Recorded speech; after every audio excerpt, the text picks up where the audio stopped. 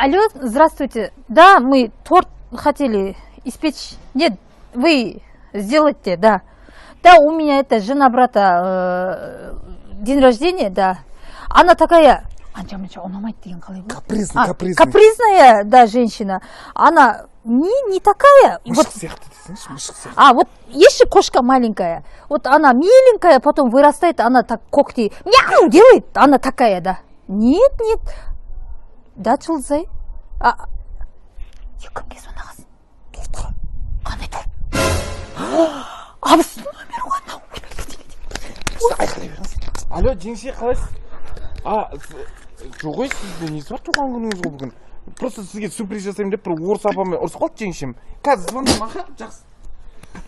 Жеңше бір нәрсе торт өзіңіз пісіре салсайшы. Өзі пісірмесек бәз мен пісіреді ау. Пісіреді. Қарамайсың ба номерге? Жеңше балкон тап-таза қойдым, мына заттардың бәрін қазір тастаймын. Сәл демалып алайыншы. Нан неменеге тастайын деп жатсың? Мен нан ашқан кезде нан орайын ғой. Айналайын нан пісіріп жүр ғой. Мына неменеге тастамақшысың? Ойбай, ертең ауылдан сүт, қымыз келген кезде нан орнына бер жерім. Бәленбай сатып аламыз ғой. Менің төркінімнен келген үтік, мынауың тап-таза металл ғой, білесің ба сен? Мына неменеге тастамақшысың? Мен картошка пияз сап жүрмін ғой. Ала беріңіз, мына тастай салайын. Тастама оны. Мынау керек жоқ шығар енді. Керек. Ертең көшетін болса холодильниктің жан-жағына бүйтіп қойып істеуіміз керек қой. Қызық па деймін? Сен не тастадың? Балконда бәр зат тастап жүрдің бе? Перде. Перде, ойбай, ана сирийский тюль тастап жүрдің бе? Оңбаған сен, ол керек болмаған жет. Ой, тазақта ол. Қоя тұрсақ, тамақ келгеннен кейін ішесің ғой. Ішем ғой, бітіп қоймайым осыны. Енді тосып қалу қа, бәріміз бірге ішейікті. Бопты қазір. Үйдегідей батырып жегеніңіз жөндеп жесейші. Не ол сұраптамай жөндеп. Бір жөндеп жеші. Жеп адым ғой, нормально. Не біле? Демен жөндеп жеші, тұм позорым. Шалпылдатпай жеш, шалпылдатпай. Жемей-ақ қойыншы онда мен бе? Же. Қазір қармашты дейсің, же бұл. Жемейме, онда айтпаңыз маған. Мен позормай же дейм, жем. Бір дұрыс, жақсы бір тамақтанғанымыз болды, Сіз тамақтанғаншасыз, бірақ мен желкемнен шығардыңыз ғой, үйтіп жеме, бүйтіп жеме, сораптама деп. Бұдан кейін мен шақырмақ қойыңызшы вообще обедке. Не болды? Магазинге апарсаң да, тамаққа апарсаң да жақпайсың. Аяғыңды ақсаңдатпай жөндеп жүрші. Сәлемат сағарында сағат айтып жеріз ба? Сағат? Сағат қоя саған керек, Одан да мен телефон номерін берейін сізге. Ертең сөйтіп екеуміз үйленіп кетейік, семья болайық, бала шағамен миымыз ашып отырсын, Жүрмекшісіз ғой ертең. Әке-шешеңізбен бірге қасына отырғызып қойып, өзіңіз достарыңызбен қыдырып, Білем оңбағандардың қандай болатын. Айтпайым ба? Айтпайым. Тоқтаңыз. Апай, просто сағат айтыңызшы маған. Сағат, қазір сағат. 3-тен 15 кетті ғой. Болды ғой маған, сол керек қой. 3 болып қалды ма сағат? Сіз неге қарап отырсыз маған? Сіз ертең ойлап тұрсыз ба? Барлық көршілерге айтпақшысыз ғой, Бұл қыз ұрысқақ екен деп, немесе балдарға осылай сөз қайтарады деп, Жарайды, сау болыңыз. Не істеп отырсыз? Демалып отырмын, демалыс қой. Демалысыңыз бітті. Ауылдан свет әпшем келе жатыр. Қойшы? Қазір ғана звондады маған. Үйдесіңдер ме деп. Өзіміз кеше ғана қонақтың әрең құтылып қой. Оны айтсаңыз сен. Тоқта қазір. Алло? Ой, Свет әпше, қалайсыздар? Сізді келе жатыр деп сондай қуанып. Үйде ет салып отырмыз, как раз. Бірақ не ғой, Свет әпше? Анау кімдерші? Самалдар үйде бар. Кеше келген ғой. Бір аптаға кепті. Соны екеуіңіздің араласпайтыныңыз білем ғой, соны келе бересіз ба? Келмейсіз, келмейсіз. Онда басқа күн шақырамын сізді, Аха, жақсы. Алана осы жерді ала берейік. Жақсы екен, Мына жерден жарамыз ғой конкретно ше. Мына жақ адам толап бомба болады ғой мына жер ше. До конца жаруға болады екен. Күшті екен. Немене сөздерің? Адам естіген адам құлаққа түрпесілі. Несі бар? Жоқ, жарамыз бомбасы, террористтер ма сендер, Енді бастайын деп атқан бизнесті. Қазіргі жастардың айтып жүрген қолданатын сөзі ол. Онда тұрған ештеңе жоқ.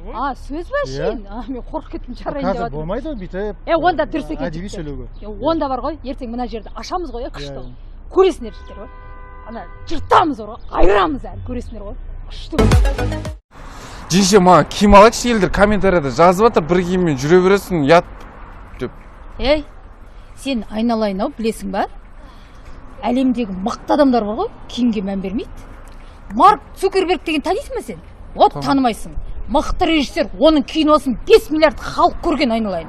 Ақшасы көп болса да, киімі біреу ақ. Тони Шей деген продюсер. Ақшасы көп, киімі біреу ақ. Сондықтан сен мықтылардың қатарындасың, айналайын. Түсінген ба? Киім деген не ол? Киім деген үстіңде тап-таза ма? Міне тап-таза. Жыртық емес па? Жыртық екен ғой мынау. Осыны айтқан ғой олар. Жүрші, мен саған бір дені дұрыс жыртық емес киім әперейін, жүр. Әпше, мен Алакөлге барып келейінші бір екі күнге. Барып, иммунитет көтеріп, күннен витамин алып, загар алып келейінші. Али? Ау. Енді күннен иммунитет, витаминің мақылда енді. Бірақ загар деген саған артық емес па? Ой, уайымдамаңыз оны, мен келгеннен үйден бір апта шықпай жатсам, ағарып кетем мен қайттан. Қойшы? Иә? Сен бір апта үйде жатсаң, сонда ағарасың ба? Иә, айттым ғой, мен білем өзімдікін.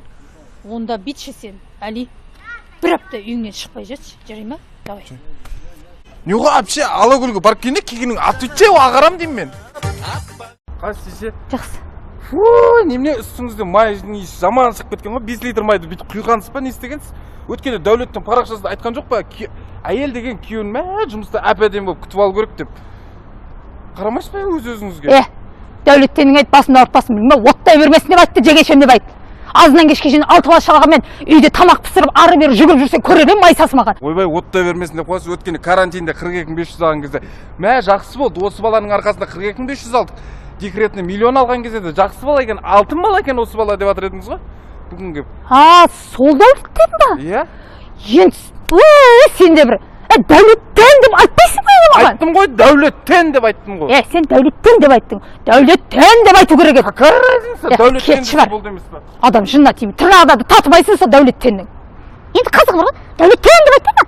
Әп-әдемі Дәулеттен деген жігітті Дәулеттен демей. Не істейміз досым? Қыдырамыз деп айтып қойдық, ақша жоқ қой. Ой, уайымдамашы. Қазір менде бір идея бар.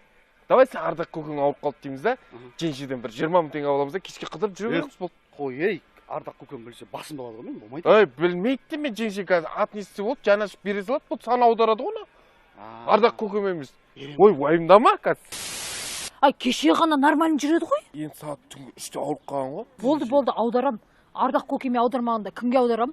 Талай жақсылығын көрдік ауылда ол кісінің. Рахмет, айналайын бар ғой.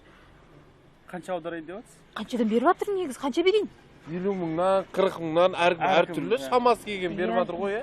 Сізді ең жақсы көретін қарындас ретінде көреді ғой? Болды. Мен де ағамдай ғой ол кісі. Все, болды, аудардым. Кетті, түсті. Рахмет, кетші. Түспеді ғой?